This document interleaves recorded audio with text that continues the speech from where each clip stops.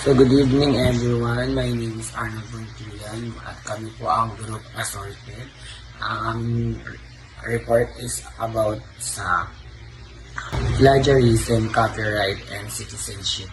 So bago po tayo magsimula, magandang gabi po sa ating teacher na yung gabi na narito. Good evening ma'am and also classmates, good evening to each and everyone. So, ang aking topic ay patungkol sa copyright. So, when we say copyright, it is copyright refers to the legal right of the owner of intellectual property. In simpler terms, copyright is the right to copy.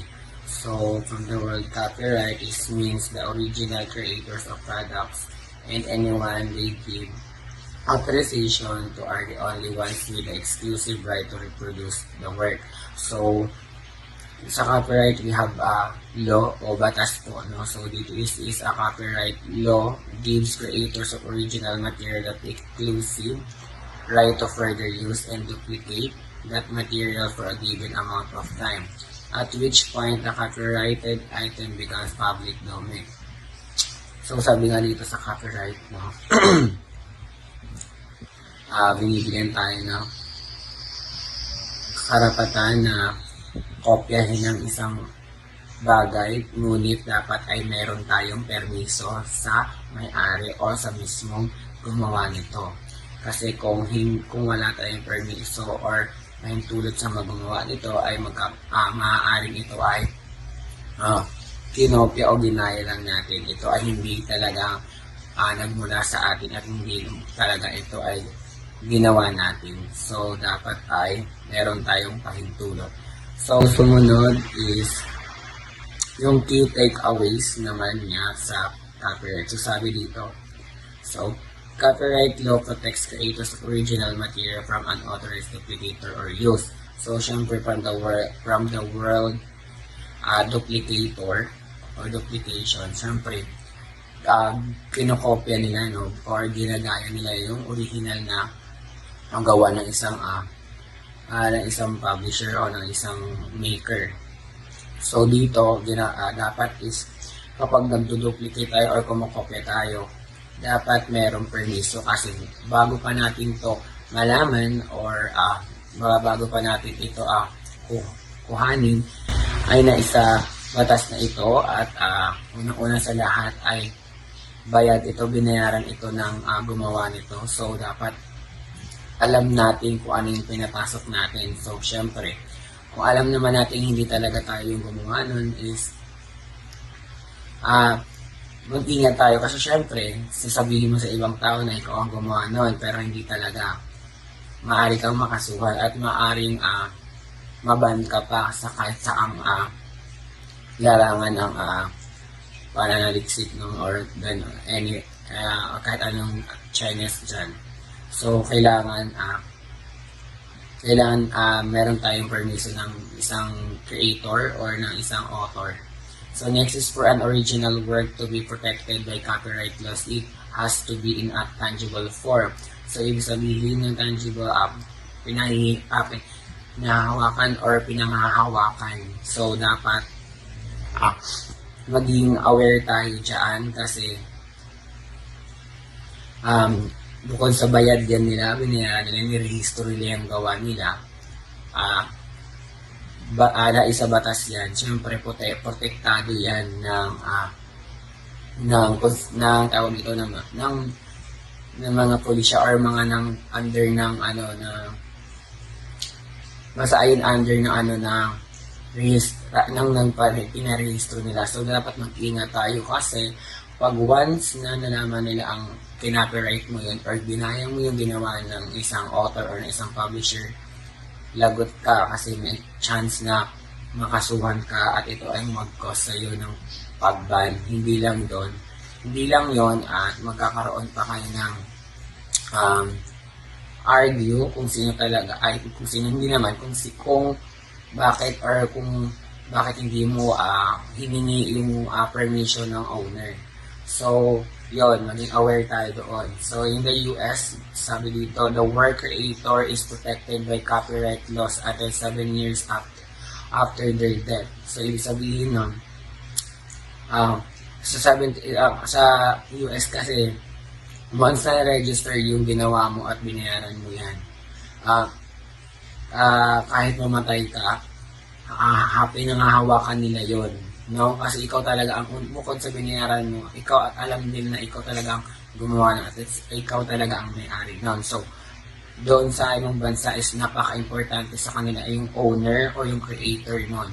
Kasi, lalo na ngayon, especially sa nowadays, no, ang daming mga nagka-copyright ngayon, so inaangkin nila yung gawa ng isang tao, ng isang creator. Sinasabi nila sila daw ang maker, pero hindi.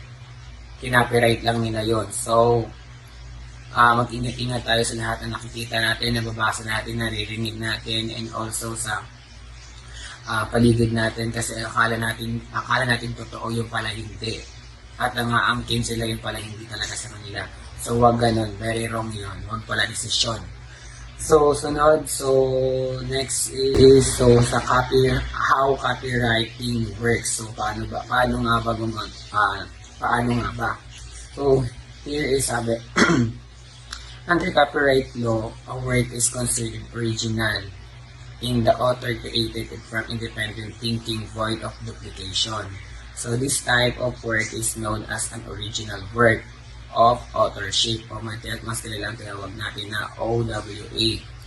O anyone with original work of authorship automatically has the copyright to that work. Siyempre, diba, kung sino naman talaga ang may-ari, siya ang may karapatan at magkuhusgahan kayong dalawa kung sino talaga yon. If napatunayan, at makapatunayan yan kasi yung work na yon, if once na na-registered or bayad yon, mapapatunayan yon. So, wala kang karapatan makipag-argue kung hindi ikaw ang may-ari. Huwag ganon. So, next is copyright to that work. So, preventing anyone else from using or duplicating it. Huwag decision ha, huwag manghopya. So, the copyright can be registered voluntarily by the original owner. Yan. Bago mo pa kanopya yan, narehistro niya na yan, nabayaran niya na yan. So, kahit anong gawin mo sa'yo yan, at kung buorin mo pa yan, or ano pa ang mo yan, hindi yan sa'yo. Ha? So, the original owner, they would like to get an upper hand in the legal system. Siyempre, may sa batas yan, binayaran mo. Kailangan na nasa tamang proseso. Okay? And the system is the event that need arises. So, ayun. Alam niyo na ang mangyayari. So, siyempre, pag napatunayan na hindi talaga ikaw ang owner or ang maker, alam mo, nakakahantungan mo sis, dong. So, when someone creates a product that is viewed as original and requires significant mental activity to create, so this product becomes an intellectual property that must be protected from unauthorized duplication. So, this is the example, no? Sobrang dami ngayon. Sa paligid natin, mapa-internet, social media, around the world, and around the internet. So, first example, or unique example is creation of include computer. So, sa computer, di ba, makikita natin sa computer software, marami tayong makikita dyan na kunwari akala natin sila ang owner, sila ang creator, pero no, hindi. Yung iba, kinopya lang, walang credits to the owner, walang permission to the owner. Ano ang nangyayari? Gumagawa din sila ng mga fake accounts, gumagawa din sila ng fake names, mga daming accounts, ayan, para maitago talaga na ang kanilang personal identification. Syempre, pag mas nalalaman kasi na hindi sila kanila yon, may possible na, di ba? Yun, pag-desisyon. So, next sa art, ayan, napaka dami nito. Yung mga nanggagaya dyan ng mga art, pinagmamalaki pa nila sa social media na kanila daw yon, sa personal, sa pictures, sinishare nila sa mga friends nila na ginawa nila yun, pero no, kinopy lang pala nila yun, hindi natin alam. At may nakakaalam nun kung saan nagmula yun. Yan. Kaya yung mga artistic dyan, be creative, no? Huwag tayong manggaya. Okay lang yung gawin mong inspiration, pero huwag mong kokopyahin. Yun. Sabi nga nila, make gumawa tayo ng kakaiba na walang kagaya. Yung sabihin, no? Yung magiging patok, no? Ganon. So, sa art yun, no? Katulad ngayon, yung mga sikat na arts na sobrang lumang arts na na mahal ang bayad, kinokopya-copiers, binibenta. Pag nalaman na hindi sa inyo yan, ako, yung kita nyo, mas malaki pa sa kaso ng babayaran. So, next is sa poetry graphic designs. Alam naman, pagdating sa mga gayong poetry, sa mga poems, diba? Akala natin na sila yung creator, sila yung mga gumawa kasi nadadaan din na tayo sa mga deep words, mga meaning ng mga words, ng mga ganon. Akala natin talagang sila yung owner, sila yung maker, pero hindi pala, hindi natin alam, kinopyright lang pa nila yon. Yung iba pa nga, ginagawan pa nila ng pangalan na sila daw yung original, o diba? Kumukuha sa internet, pinupost sa mga Facebook nila, mga ganyan. Tapos dinadala pa sa school, sabi create daw nila. So hindi natin alam yun. Akala niya kamo, wala nakakaalam nun. Pero no, registered yung owner niyan. So next is yung sa musical lyrics and compositions. Ayan, lalo na sa mga kanta-kanta na naririnig natin. Lalo na nung ngayon, mga uso ngayon, akala natin sila yung mga singer, sila yung mga songwriter.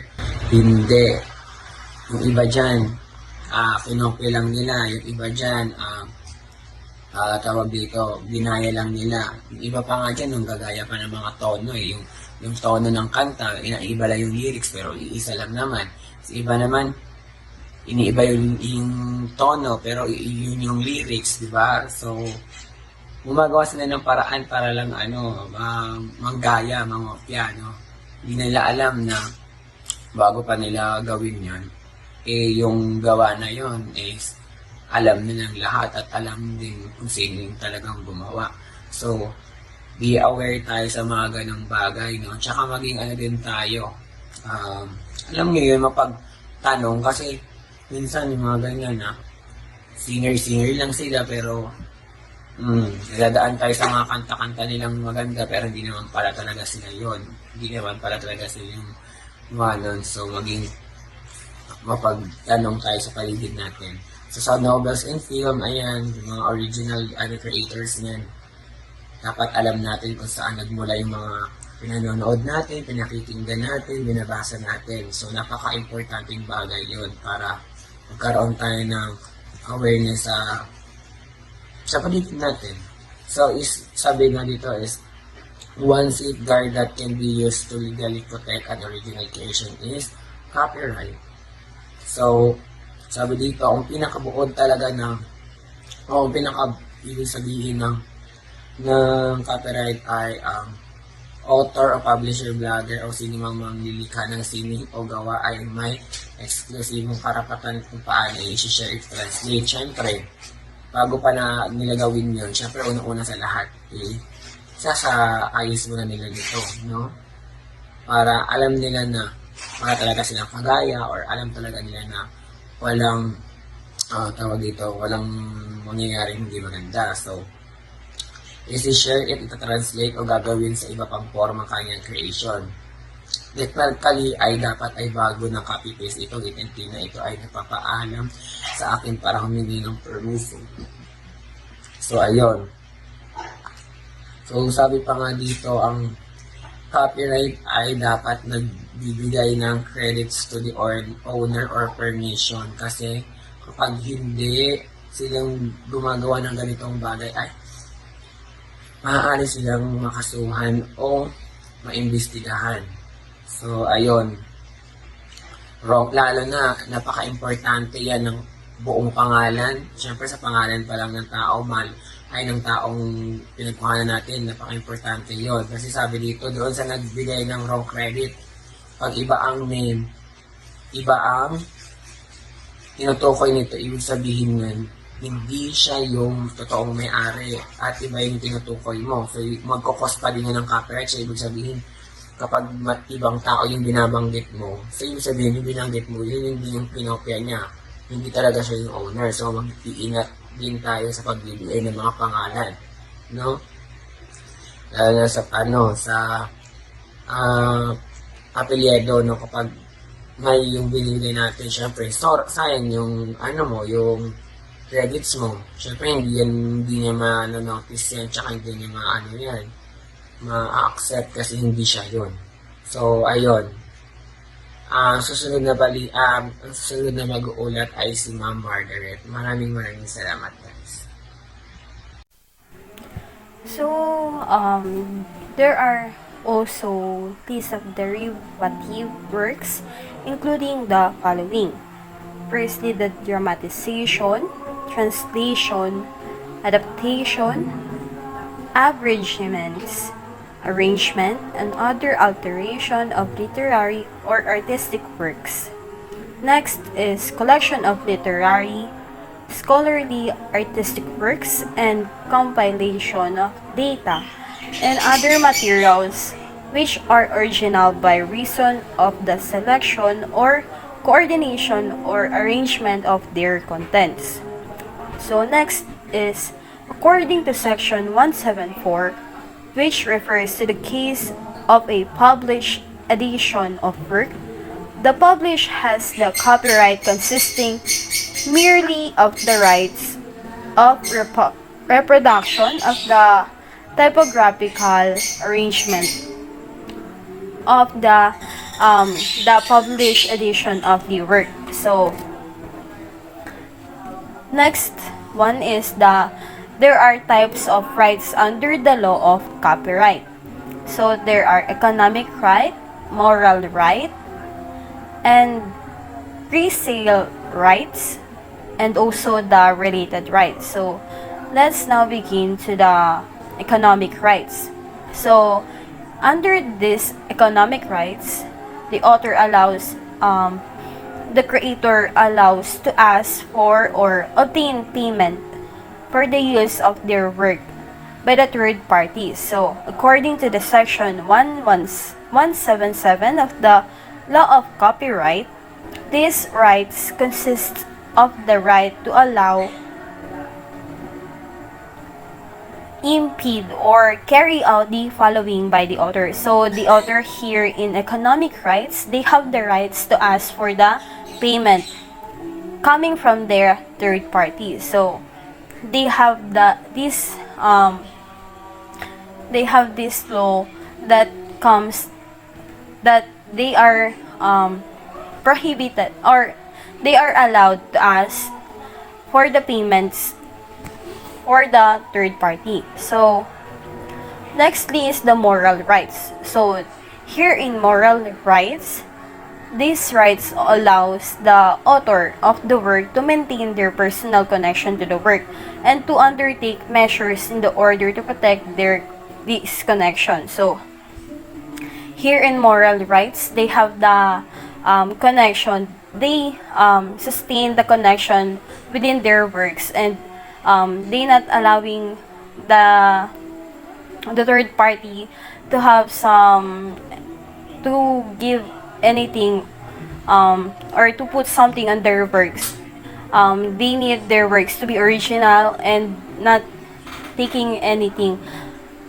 So next one is the resale rights. So according to these resale rights, the author and their heir have the inalienable right to partake of 5% of the proceeds of the sale or lease of their original work. So their heirs or their sons, their daughters have the or the tagapagmana, they have the rights, or they have the 5% to proceed the sale. So they have a part on the sale.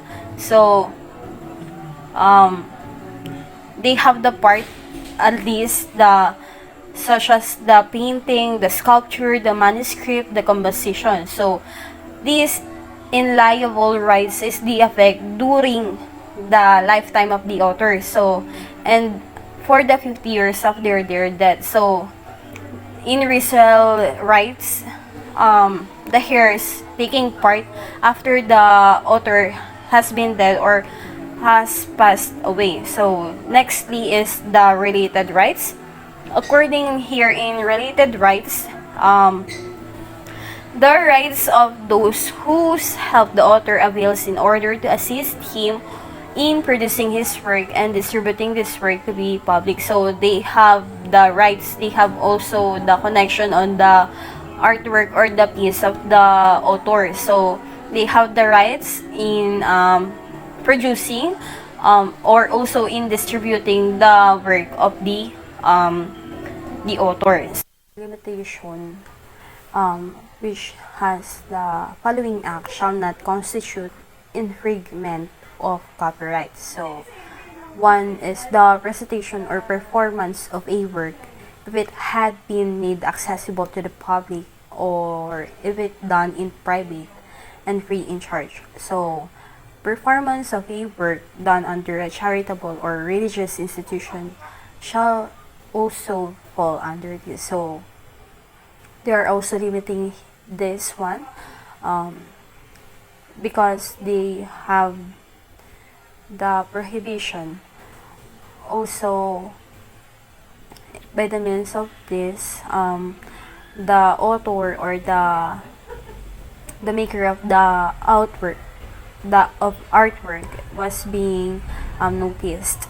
So next one, the quotation of a published work if they are compatible with fair use and only to one extent. This include quotation from newspaper, article, and periodicals provided that the source and the name of the author, if available, are mentioned. So, in every artwork or in every pieces that has been used, the name of the author must be always mentioned. Next, the reproduction of articles or communication by the mass media on current political, social, economic, scientific, or religious topics, lectures, addresses, and other works of the same nature which are delivered in public and will only be used information purposes. So, by the means of this, you can use the work by the means that you were going to reproduce it to public in the means of the public only, but not in private, or you're not possessing the artwork of somebody else. Next, the reproduction and communication to the public of literary, scientific, or artistic work of reporting current events. Next, the inclusion of a artwork in a publication, broadcast, or other forms of communication. It will be used as aids in teacher if it only compatible with the fair use. Also, the author and the name of the author shall be mentioned. So, always remember that the name of the author must be there, must be present in every work. So, next, the recording of a work made an educational institution for the use of the educational institution. In accordance to this, the recording should be deleted after the first broadcast. Also, the said recording should not be from works which are part of the film except the brief excerpt of the work. So, when you were using broadcasting, you were using some work of the other authors, you need to consider to delete it right after the broadcast, or you need to dedicate or quotate the brief or excerpt the work of the author. So next, the making of recordings by broadcast organization for its own broadcasting purposes. So Next, the use of a work under the direction of control of the government or other institution for the purpose of informing the public. It must be also compatible with the fair use. So, some artwork also was being was having the control of the government or the other institution. So it will be only used for public, for informing the public, for informing the people of the country or the city or anything that has connection with that. Next, the public performance of a work in a place without admission fee and other purposes that does not include profit making.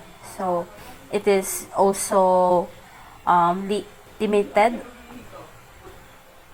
in public performances and in some places that has not include the profit making.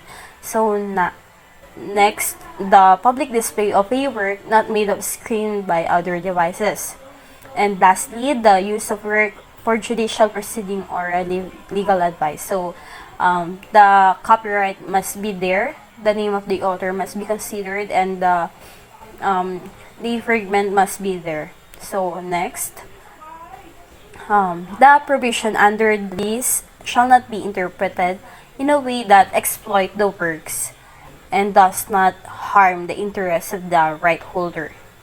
The Intellectual Property Code of the Philippines does not have the freedom of panorama provision concerning the rights to photograph artistic work in public spaces and use the resulting images for any purposes with the needs to secure permission from the authors of the said artwork. So, when you see an artwork in some public spaces, you need to ask the author.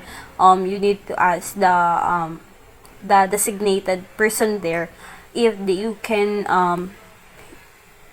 take an image of that artwork because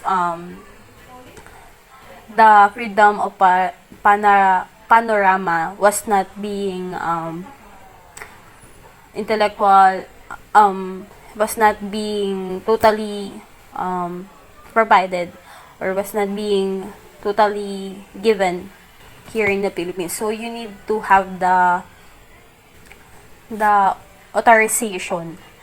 So next will be the plagiarism. Thank you. Okay, so now the next topic is about plagiarism. So what is plagiarism? Plagiarism is the presenting the words, ideas, images, sounds, or creative expression of others as your own.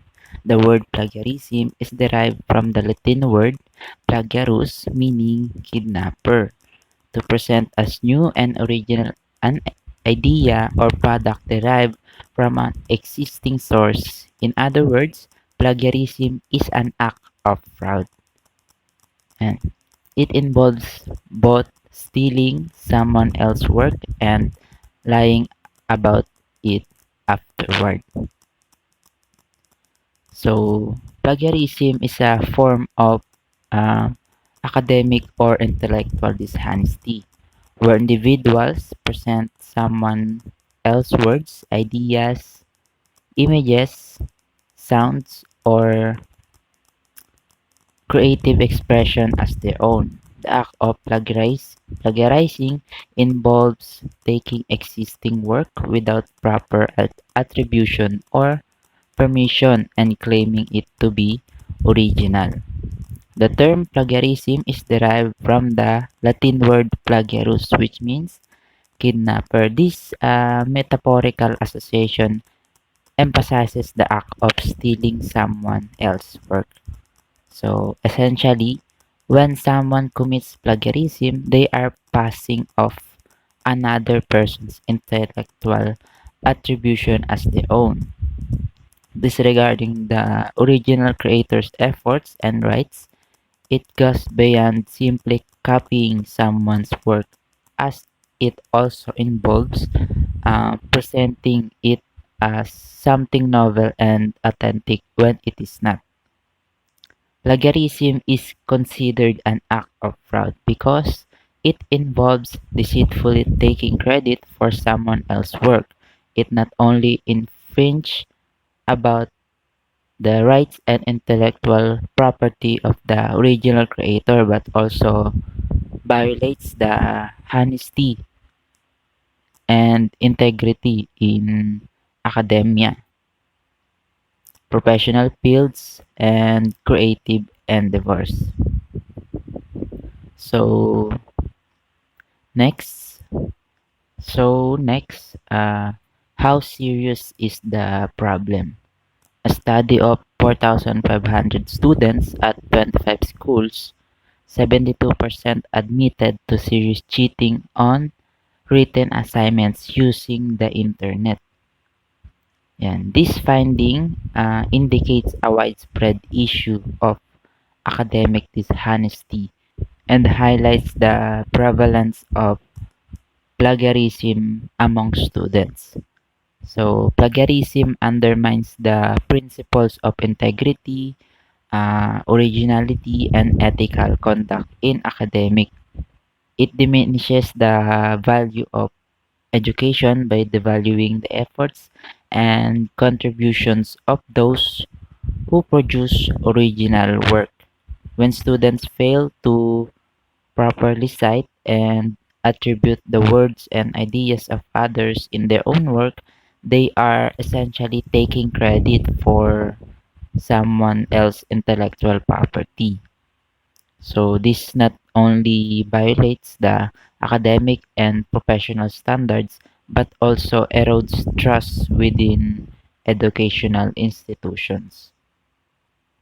So next, there are two main types of plagiarism, intentional and unintentional. So each type involves different circumstances and motivations, but both result in presenting someone else's work as one's own without proper attribution. So, number one, intentional plagiarism. So, intentional plagiarism occurs when individuals knowingly and deliberately present someone else's work as their own without giving proper credits.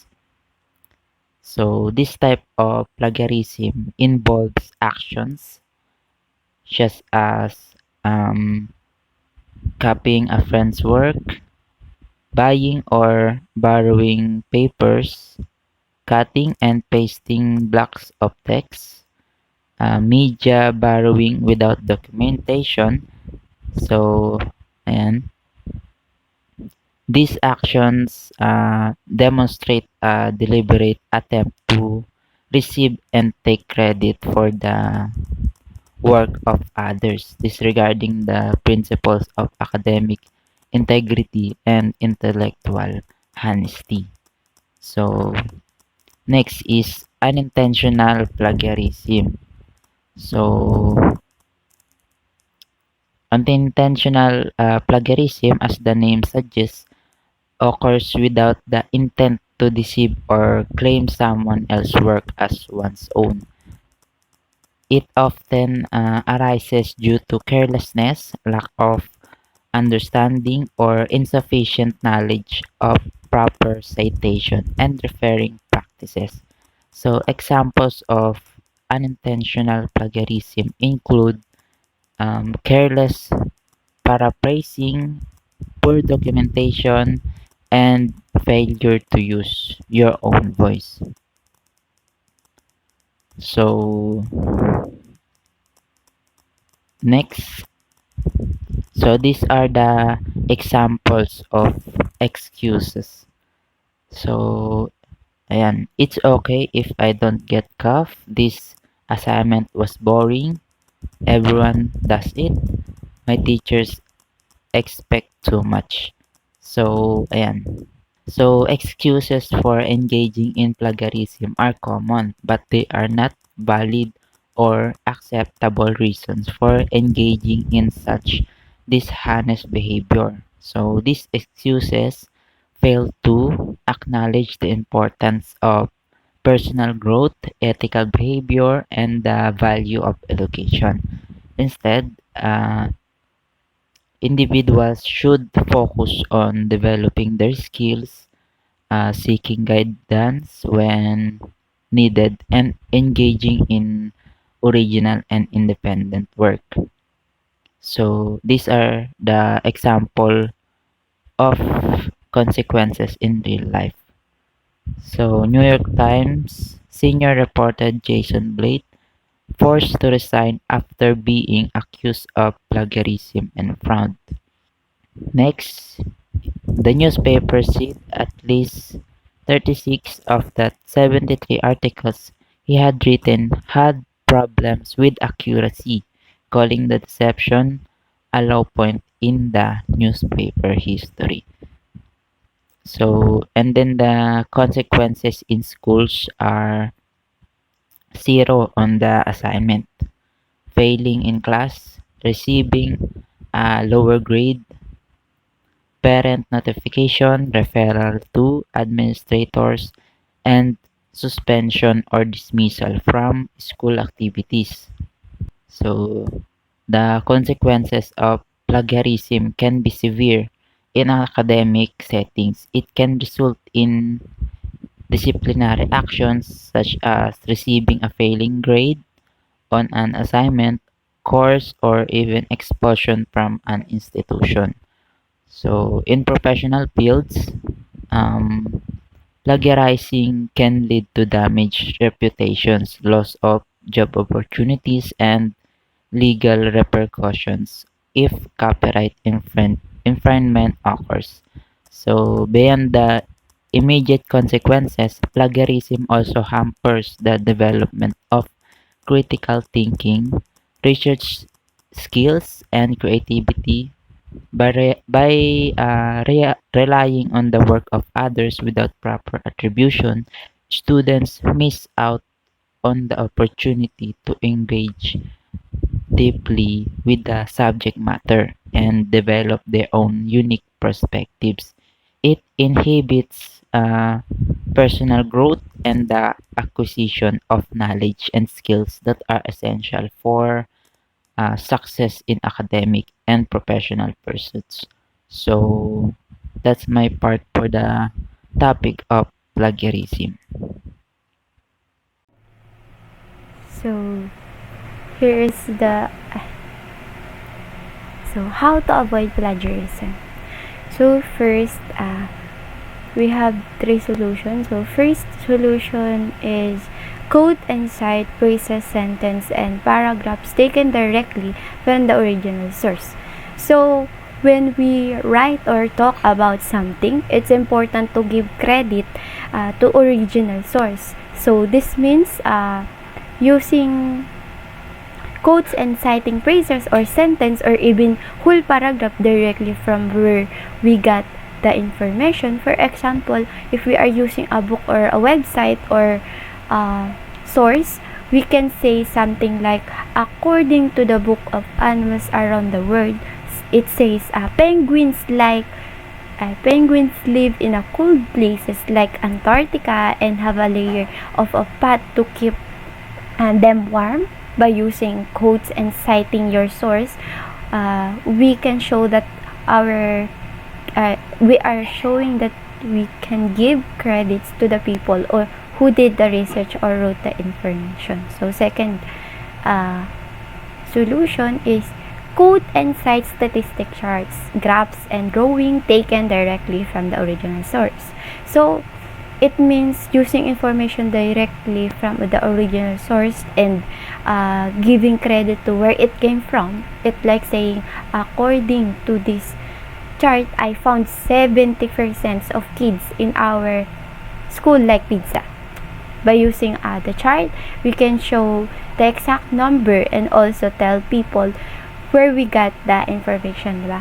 So it's important to do this so that we can share or accurate information and give credit to the people who did the research. So last solution.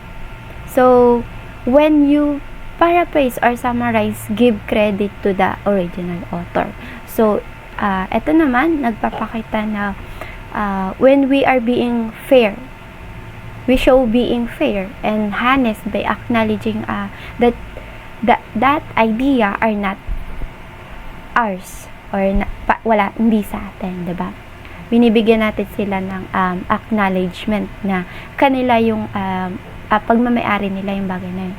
So it's like saying I learned this from someone else and I want to make sure that they get recognized, they deserve, and giving credit is a way to show respect and honesty in sharing information with others, diba? So next, so do I have to cite everything? What do you think? Syempre, yes. So, kasi kapag gumagawa tayo ng mga written works, syempre, need natin i-include kung saan natin nakuha yung information na yon, because this is called citing sources. We need to do this to show that we are being honest and respectful to the people who did this original work, no? So, if we use our own words, or if the information is something that most people already know, we don't need to cite it. But if we use someone else words or ideas, or if the information is not common knowledge, we need to cite it to give them credit, diba? So we always need to think about where our information came. So from and decided if we need to cite it or not, diba? So, what makes its common knowledge? So, ano nga ba yung common knowledge na sinasabi, no? If we can find the same information at least 3 different sources, you don't have to cite it. Kasi nga, common na siya. Parang alam na rin siya ng iba. At maraming nakakaalam. So, common na siya. So, hindi siya galing sa iisang tao lang, no? Yon. So, next, use these 3 stages. So, to quote, paraphrasing, and summarizing. So, to blend source materials in with your own making sure your own voice is heard. So, dito po, you take a little bit of information from a different sources like books or website, and combine it with your own thoughts and words. So, this way po, we can share that you've learned while still showing your unique voice. So, yun. So, next is quoting. So, in quotations are the exact words of an author copied directly from a source where to forward quotation must be cited. Diba? So, quotations are when we write down or exactly what someone else said using their exact words. It's like copying someone's sentence from a book or a conversation. So, when we use quotation in our own writing, we can have to tell the people you got it from. So, kailangan natin sabihin kung saan natin yun nakuha, diba? And this is called citing nga na tinatawag, and it also helps show that we are using someone else's words, not our own. So, ayun, pinapahalagahan natin kung kanino to nanggaling at kung sino yung gumawa nito. Yun. So, in paraphrasing naman po, ito po yung naglalagay tayo into putting someone else words or ideas into your own words. So, although you are using your own words, the ideas are taken from someone else and must be cited on your works cited page. So, dito nga yung paraphrasing means taking someone else's words or ideas and saying them in your own way. Na even though you use different words or ideas came from someone else, and you need to give them credit by mentioning their name on your list of sources. It's like retelling a story you heard by using your own words to tell it. So, it's important to do this to avoid copying someone else. So, it's not simply rearranging or rewording an original passage. So you have to understand what the author is saying and write the ideas entirely in your own words. So eto nga means taking someone else's words and explaining them in your own way. It's not just changing the order of the words by using different ones. So we need to really understand what writer is trying to say, and then we use our own words to explain it, diba? Ayun yung mas magandang way. So it's telling the same story but using different words that we come up with. So yan. And especially, don't forget to give the author credit when you quote or praises. Yan, give credit. So, for example, quotation. The youth is the hope of the nation. So, it's according to Jose Rizal. So, that was the original. So, when we paraphrase it, it's according to Jose Rizal, young people are the ones who can bring hope to our country. So that's the way we do. And last is para ma-avoid natin to is dapat hindi tayo magka-cut and paste from any source. Hindi rin tayo dapat gagamit ng another student's work as our own. No, it's a wrong. So, just change a few words from any source for your paper. Mali din po yun. So, and don't turn in a paper you wrote for another class. And, ayan. So, next is, we can prevent plagiarism. All we need to do is take notes, put in your own words. And if you do copy words, so put quotation mark around them and footnote whose words they are. So always keep track of every sources we use. So and cite all your sources at the end of your work. So ayun lang yung dapat natin gawin para ma-avoid natin yung plagiarism. So that's the end of my part. I hope you learn a lot, and thanks for listening. Yeah, so good evening, everyone. Once again, I am Manu Mohana, the lost reporter of our group, and I'm going to discuss about the digital citizenship. So maybe some of you are familiar with this one, but some of you are not. So yeah, let's try to explain and understand what is digital citizenship all about. But of course, let tackle first what is or the meaning of digital citizenship. So it is refers to the responsible and ethical use of technology in online platforms. So it encompasses a set of behaviors, rights, and responsibilities that individuals should exhibit while engaging with digital tools in online communities. So digital citizenship involves respecting the privacy and security of oneself and others. So, practicing good digital etiquette and promoting positive online interactions. And it also includes understanding and abiding by the laws and regulations governing digital spaces, as well as being aware of and addressing issues such as cyberbullying, fake news, and online scams. So, overall, digital citizenship aims to empower individuals to navigate the digital world safely, responsibly, and with respect for others. So now let's move on to the 9 key elements of digital citizenship. The number one is digital access. So when we say digital access, it refers to the ability of individuals to connect to and use digital technologies and resources.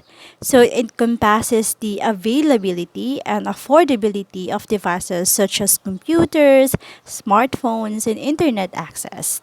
So digital access is crucial for individuals to participate fully in a digital age, as it enables them to engage in online communication access information, and utilize digital tools for various purposes, including education, just right now, employment, healthcare, and civic participation.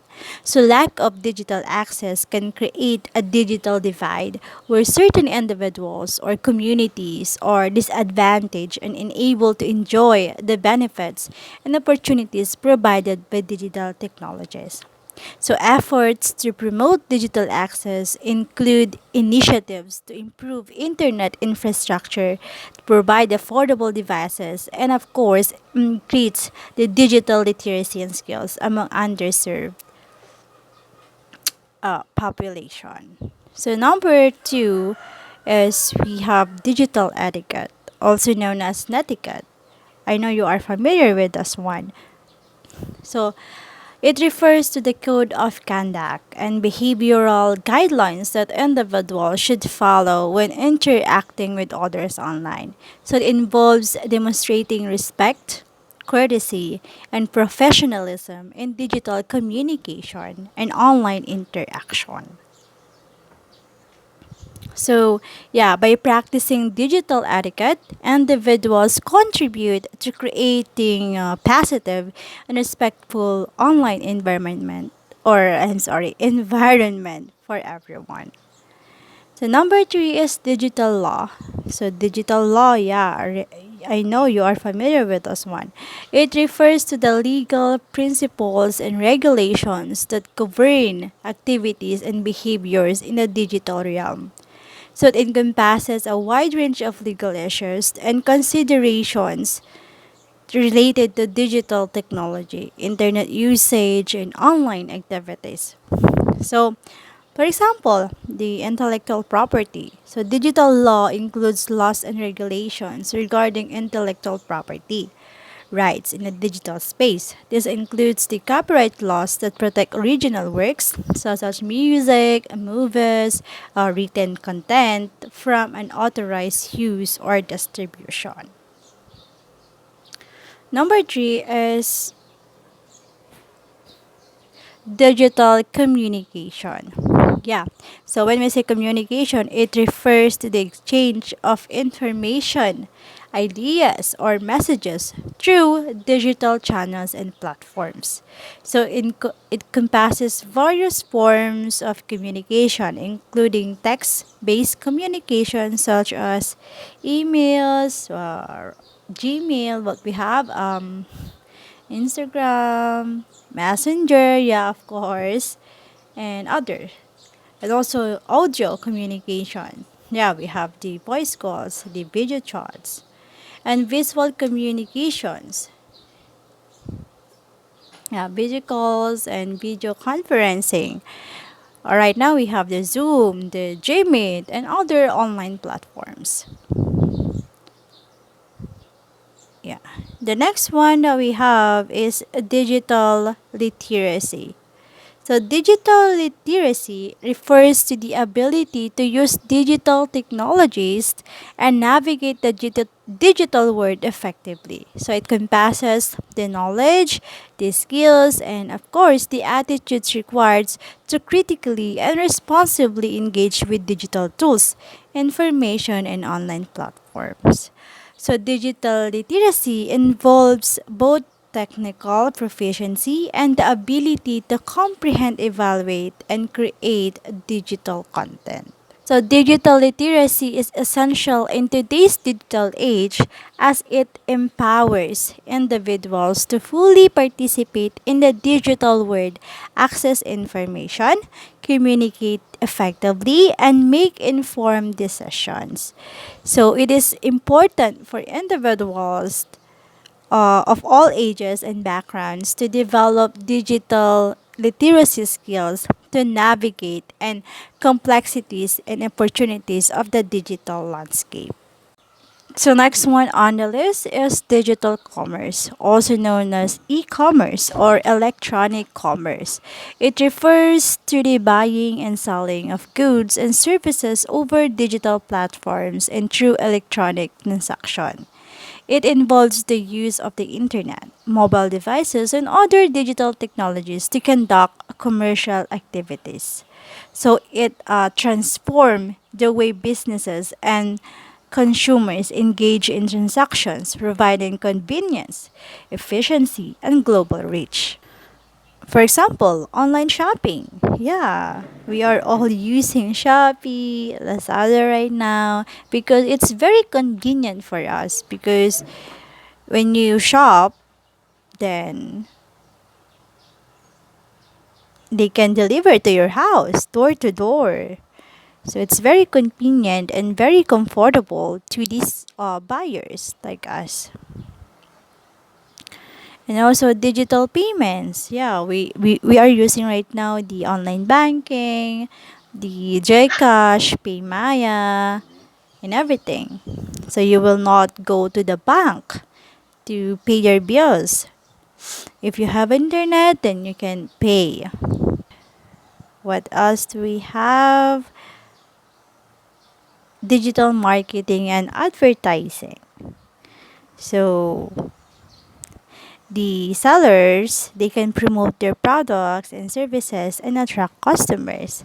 So yeah, madaming mga seller ngayon ang gumagamit ng online platform. Mas dun sila nakakabenta. Alam mo yun, ng mga nagla-live sa TikTok, ano ba, sa Facebook, and other online. Sa Shopee din may nagla-live. So it's really comfortable and it's really accessible to all the buyers as well as to all the sellers out there. And the next one is digital rights and responsibilities. So it refers to the rights and obligations that individuals have in a digital realm. So they encompass the privilege and freedoms individuals enjoy when using digital technologies, as well as the ethical and the legal responsibilities they must adhere to. For the digital rights, we have the freedom of expression. Yeah, you have the right to express your opinions and ideas freely online, subject to reasonable limitation and legal restrictions. So yeah, right now you can say whatever you want, whatever comes up to your mind, you can just type, then post it. So even though there are some words that is prohibited or yeah, mga di dapat appropriate na mga words, you can read online when you scroll Facebook, which is not appropriate or what do you call that? It's not. So sometimes if you are not into those kind of words, then don't scroll Facebook because there it's really they are using their freedom of expression too much. And privacy and data protection. So individuals have the right to protect their or personal information and control how is it collected, stored, and used by others. So pag napapansin niyo si Facebook, there is an option there. If you post a photo or a status, you can choose whether friends of friends, friends only, or public, or only me. Yeah. Access information. Yeah, just search one word in the Google, then you can find all the information all about that word. So intellectual property rights. So the individuals have the right to protect and benefit from the original creations in the digital space. That includes copyright protection and the ability to control how their work is used and shared. Yeah, we are ready about that. Digital responsibilities. So what are your responsibilities in the digital world? Even though you have the freedom of expression, you can express yourself there, but also you have some responsibility to fulfill. Number one is respect for others.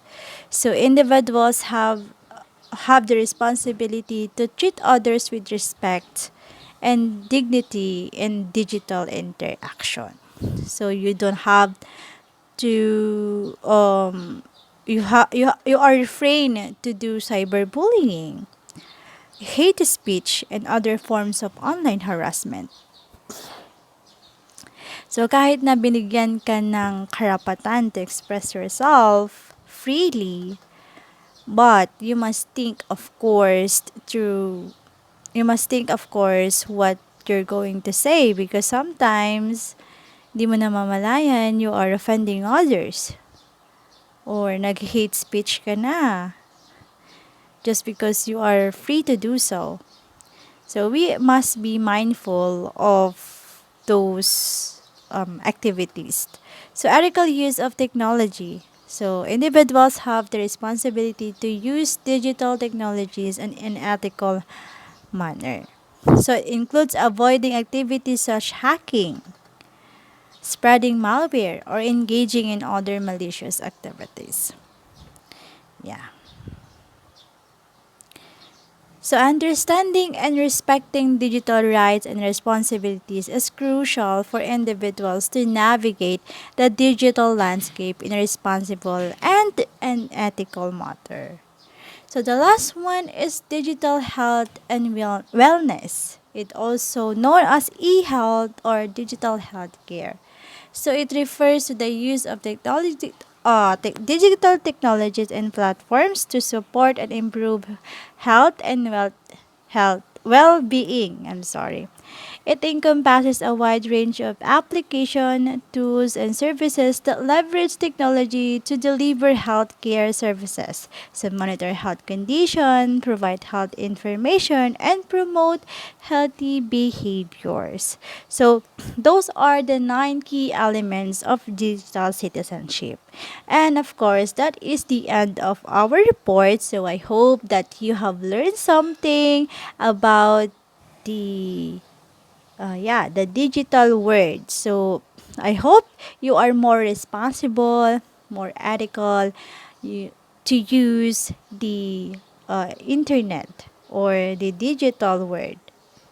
So yeah, because as I've observed, this is only my observation in Facebook, Twitter, Instagram, and others.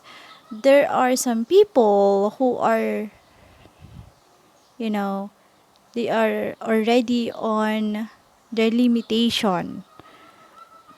They are doing whatever they want. They're going to post whatever they want, even though it's malicious or something. It's not inappropriate. But of course, we have learned that we must be mindful in using the digital world. Yes, there is an advantage of using those things, but also there are also disadvantages. So we don't want to go with the negative one. So, yeah. So that is all about. So I hope that you have learned something. And yeah, bye.